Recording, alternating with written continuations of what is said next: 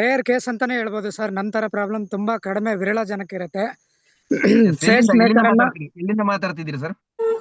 Sir ನಾನು ಬಂದು ರಾಯಚೂರಿಂದ ರಾಯಚೂರು. ಬ್ಯಾಂಗ್ಳೂರಲ್ಲಿ ವರ್ಕ್ ಮಾಡ್ತಿರೋದು. Yes so sir. ಈ ಪ್ರಾಡಕ್ಟ್ ಅನ್ನ ನಾನು ಒಂದೂವರೆ ವರ್ಷದಿಂದ ಯೂಸ್ ಮಾಡ್ತಾ ಇದ್ದೀನಿ. ಎಸ್ ಸೊ ಸರ್, ನನಗೆ ಬಂದಂತ ರಿಸಲ್ಟ್ ಅಂದ್ರೆ ನಿಜಕ್ಕೂ ಸರ್, ನಾನು ಫೇಸ್ ಮೇಕರ್ ಅನ್ನ ಯೂಸ್ ಮಾಡ್ಲೇಬೇಕಾದ ಪರಿಸ್ಥಿತಿ ಎದುರಾಗಿತ್ತು. ಸೊ ಆ ಟೈಮಲ್ಲಿ ನಾನು ರಿಜೆಕ್ಟ್ ಮಾಡಿದ್ದೆ. ಯಾಕೆ ಕಾರಣ ಅಂದ್ರೆ ನನಗಾಗ 22 ವಯಸ್ಸು. ಸೊ ನಾನು ಇದನ್ನ ಬೇಡ ಅಂತ ಅನ್ನಿಸ್ತು. ಯಾಕಂದ್ರೆ ಅದು 5-6 ವರ್ಷ ಅಷ್ಟೇ ಬಾಳಿಕೆ ಬರುತ್ತೆ. ಅದಾದ ನಂತರ ಬ್ಯಾಟ್ರಿನ ರೀಪ್ಲೇಸ್ ಮಾಡೋದು ಇದೆಲ್ಲ ಲೈಫ್ ಅಲ್ಲ ಅಂತ ಅನ್ಸ್ಬಿಡ್ತು. ಸೊ ಇರೋಷ್ಟು ದಿನ ಖುಷಿಯಾಗಿರೋಣ ಅಂತ ಥಿಂಕ್ ಮಾಡಿದೆ. ಡಾಕ್ಟರ್ ಕೂಡ ಹಾಗೆ ಸಜೆಸ್ಟ್ ಮಾಡಿದ್ರು. ಸೊ ಮದುವೆ ಕೂಡ ಆಗ್ಬಾರ್ದು ಅಂತ ಹೇಳಿದ್ರು. ಸೊ ನಾನು 30 ವರ್ಷವರೆಗೂ ಮದುವೆ ಕೂಡ ಆಗದೆ ಇದ್ದೆ. ಬಲವಂತದಿಂದ ಮದುವೆ ಕೂಡ ಆಯ್ತು, ಆಗ್ಲೇಬೇಕಾದ ಪರಿಸ್ಥಿತಿ ಆಯ್ತು. ಈಗ ನನಗೆ 2 ಮಕ್ಕಳು.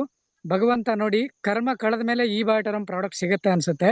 ನಿಜಕ್ಕೂ ಸರ್, ಈ ಬಯೋಟರಮ್ ಪ್ರಾಡಕ್ಟ್ ನನಗೆ ಜಾನ್ವರಿ 16ನೇ ತಾರೀಕು 2023 ಸಿಕ್ಕಿದೆ. ಸೊ ಅವತ್ತಿಂದ ಇವತ್ತವರೆಗೂ ಯೂಸ್ ಮಾಡ್ತಾ ಇದ್ದೀನಿ ಸರ್. ನನ್ನ heart beat 49-53 on and average per minute ಇತ್ತು. ಪಂಪಿಂಗ್ ರೇಷು ತುಂಬಾ ಅಂದ್ರೆ ತುಂಬಾ ಕಡಿಮೆ. ಲೋ BP, ಹೈ BP ಇದ್ದಂತ ವ್ಯಕ್ತಿ ಬದುಕಬಹುದು, ಲೋ BP ಇದ್ದಂತ ವ್ಯಕ್ತಿ ಬದುಕಕ್ಕಾಗಲ್ಲ. ಪ್ರಾಣನ ಕೈಯಲ್ಲಿ ಇಟ್ಕೊಂಡು ಓಡಾಡಂತ ಪರಿಸ್ಥಿತಿ ನನಗಿತ್ತು.